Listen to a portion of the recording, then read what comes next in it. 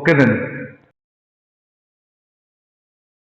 today topic comparative statement. Okay, comparative statement is like आपका volume third का है, volume third का chapter number third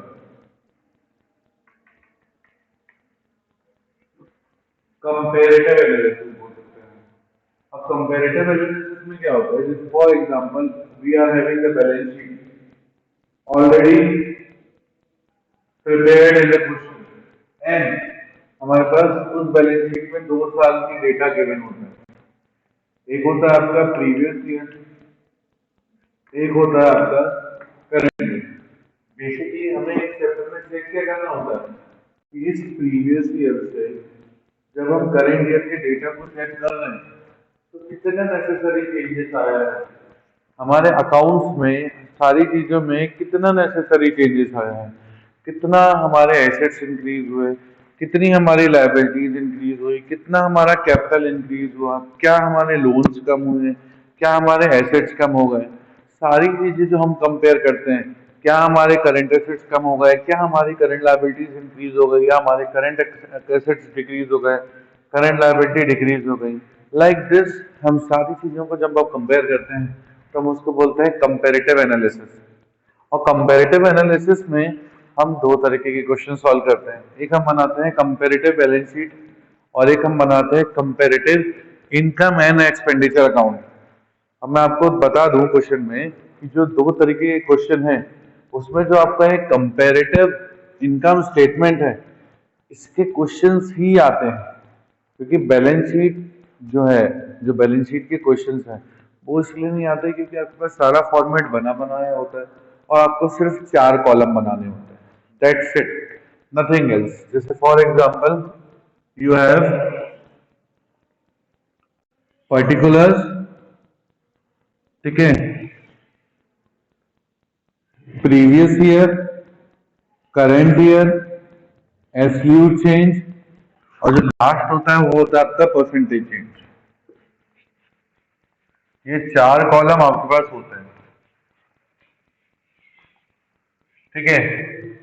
ये क्या है आपके लिए, ये आपके लिए प्रीवियस ईयर,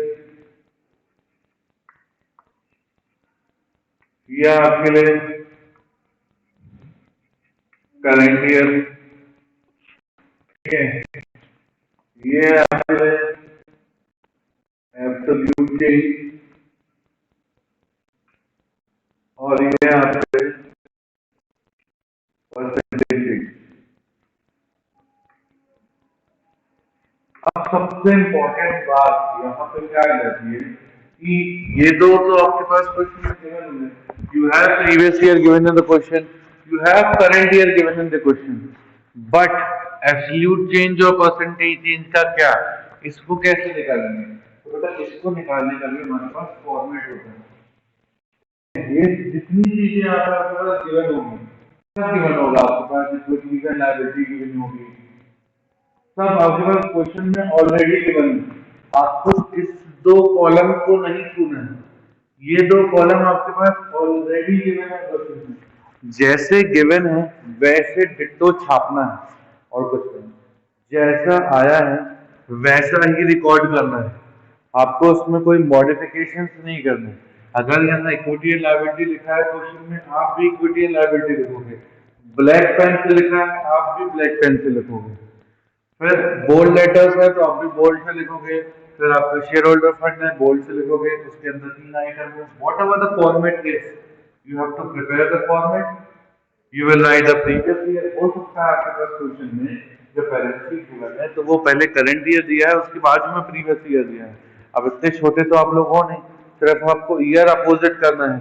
आप प्रीवियस ईयर पहले लिखोगे, फिर करंट ईयर लिखोगे। उसके बाद जो आपकी थर्ड, इसको हम बोलते हैं कॉलम नंबर 1, और ये बन जाता है आपका कॉलम नंबर 2। अभी जो एब्सोल्यूट चेंज है जो है कॉलम नंबर 3, अब इसको कैसे निकालते हैं? तो उसको निकालने का होता है एक फॉर्मूला। एब्सोल्यूट चेंज निकालते हैं हम जब हम करेंट ईयर में से प्रीवियस ईयर को माइनस कर दें, minus previous year. What we have done, current year minus previous year, nothing else. Current year minus previous year. Is it clear, class? Okay. Now this, so we have calculated the column number third. Now we have to calculate the column number 4 also, that is percentage change. And how we will calculate the percentage change? We will calculate the percentage change by formula. Percentage change is equals to absolute change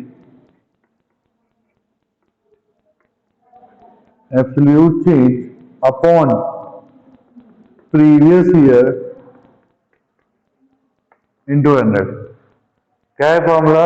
absolute change means column number 3 upon column number 1 into 100. That means this upon this into 100. So you will get the percentage change. Is it clear, class? Till now, do you have any problem? Is it? देखो, ये question बहुत सरल है, उसमें दिमाग नहीं लगाना पड़ता, इसलिए आता भी नहीं। ये तो मैं तुम लोग को वार्म अप प्रैक्टिस और फॉर्मेलिटी के लिए करा रहा हूँ, और कभी क्वेश्चन में पूछा नहीं गया आज तक। मतलब आज तक का ट्रैक रिकॉर्ड है कि ये क्वेश्चन कभी नहीं आया। ठीक है, देखो कोइंसिडेंटली, देखो आपके पास 2017 एंड 16 है, तो first you have to make 2016। हो सकता है आपके में क्वेश्चन में ईयर डिफरेंट हो, बट फिगर सेम होंगे।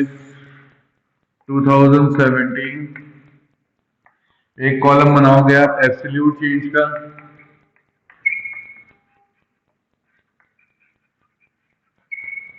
और एक कॉलम बनाओगे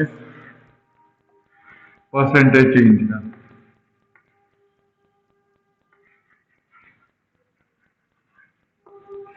ये हो गए 4 कॉलम। ठीक है, हमने चारों कॉलम बना लिए। 4 कॉलम विजिबल है आपको?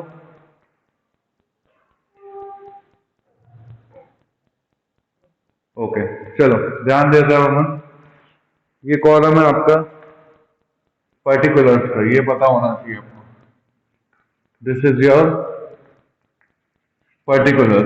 अब हमें कुछ नहीं, पहले अपन एक काम करो, सबसे पहले ये पर्टिकुलर्स में सारी चीजें लिख दो, ऐसे जैसे सीक्वेंस वाइज गिवन है, ऐसा पूरा पहले आपको कॉपी कर देना है। तो सबसे पहले बेटा आपका फर्स्ट इक्विटी एंड लायबिलिटी, उसके बाद है आपका 1 शेयर होल्डर। मैं शॉर्ट फॉर्म में लिख रहा हूँ, शॉर्ट फॉर्म यूज कर रहा हूँ मैं।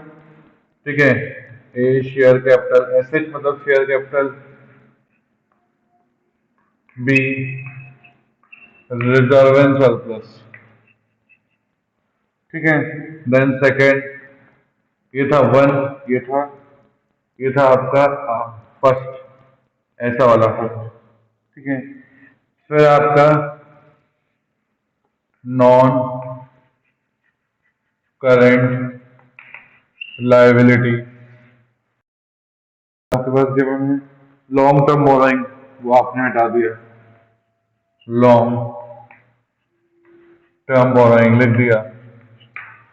लॉन्ग टर्म बोरोइंग के बाद है third current liability. Current liability के अंदर ट्रेड पेबल। फिर आपका आ गया टोटल, टोटल लिखा आपने।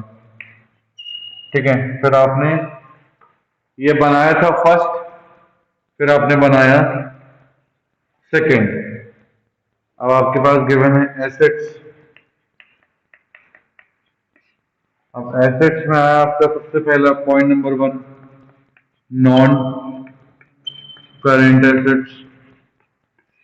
इस नॉन करेंट एसेट्स में आया सबसे पहला आपका फिक्स्ड एसेट्स। फिक्स्ड एसेट्स के अंदर 2 चीजें, टेंजिबल और इंटेंजिबल, टेंजिबल और इंटेंजिबल। सबसे पहले तो आपको जैसी गिवन है एज इट इज कॉपी कर दो बिना सोचे समझे। Tangible, intangible. सेकेंड है आपका करंट एसेट्स। करंट एसेट्स, उस करंट एसेट्स में दो शॉर्ट फॉर्म में लिख रहा हूं, ट्रेड रिसीवेबल, कैश, और लास्ट में टोटल। पहले कॉपी कर दिया। अब सबसे पहले आपके पास आपको ये 2016 वाला अमाउंट कॉपी करना है, फिर आप 2017 पे आओगे। इसका अमाउंट है 10 लाख। रिजर्व एंड सरप्लस का भी 10 लाख। फिर आपके पास लॉन्ग टर्म बोरोइंग का 2 लाख, और ये है 3 लाख। टोटल हो गया 25 लाख। ठीक है, ऐसे ही यहां का कर दो। ये हो गया 15 लाख, ये हो गया आपके पास 10 लाख, ये 8 लाख, और ये 5 लाख। टोटल हो गया 35 लाख। ठीक है, ये आया आपका काय का टोटल लायबिलिटी तक। अब आया आप ऐसे, ये हमने सबसे पहले कर लिया। अब हमें क्या करना है, मेन हमारा जो काम की चीज है वो है कि सबसे पहले आपको क्या करना है, अब एब्सोल्यूट चेंज और परसेंटेज चेंज निकालना है। अब हमारा सिर्फ थोड़ा सा काम बचा है, ज्यादा नहीं। ठीक है, अब हम आते हैं अपने मेन काम पे। यहाँ पे ये मेन काम के नंबर मिलेंगे आपको। ये तो अपन ने यूजलेस चीज की है। अब देखो एब्सोल्यूट चेंज कैसे निकालेंगे अपन, current year minus previous year, मतलब 15 लाख माइनस 10 लाख, ये आया आपके पास 5 लाख। 10 लाख माइनस 10 लाख कुछ नहीं।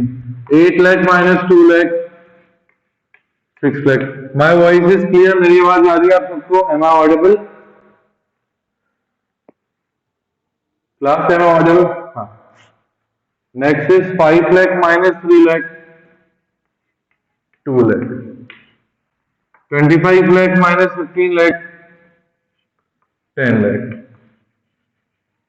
5 lakh minus 5 lakh, no change. 6 lakh minus 3 lakh 50,000, this become 2 lakh 50,000. ठीक है, 2 lakh minus 1 lakh 50, this become 50,000. सारी चीजें आ गई। ठीक है, क्लास है ऑडिबल? मेरी आवाज आ रही है ना आप सबको? ग्रेट। लास्ट कॉलम बचा है हमारा percentage change, and the formula of percentage change is absolute change upon previous year into 100। मैं आपको पहले क्वेश्चन में तो सब में लिख के बता रहा हूं, मतलब 5 lakh divided by 10 lakh into 100। 5 lakh 5 upon 10 into 100, that is 5 lakh upon 10 lakh into 100। यहां तो कोई चेंज नहीं।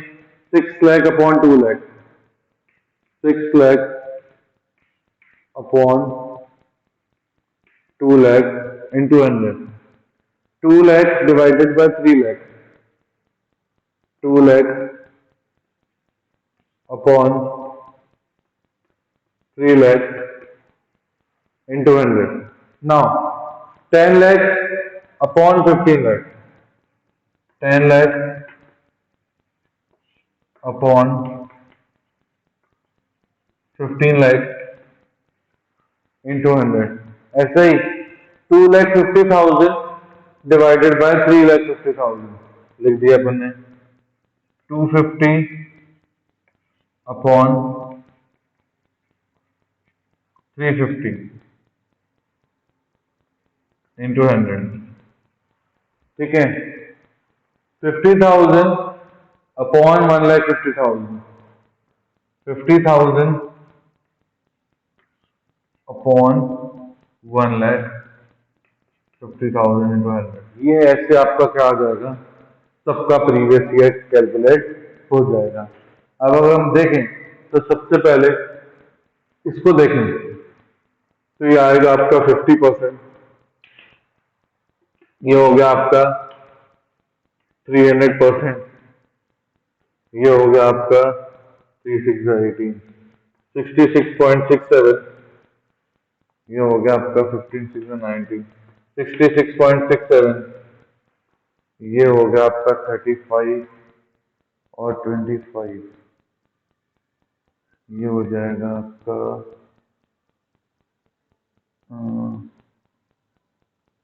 35 25 का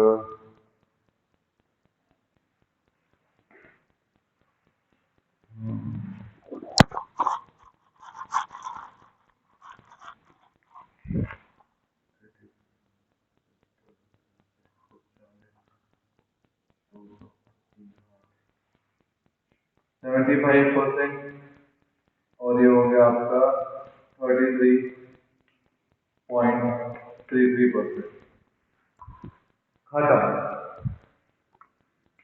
सिर्फ इतना ही करना था आपको। ये देखो, थोड़ा सा मैं और दिखा देता हूँ, हम लोगों को दिखने लगेगा। कोई डाउट क्लास? कोई डाउट? देखो सबसे पहले थोड़ा सा जूम करके दिखाता हूँ।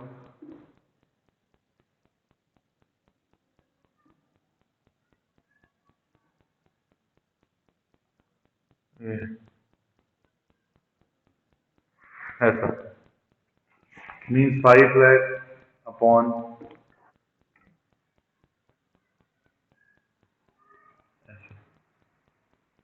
क्लियर हुआ? क्लास क्लियर है?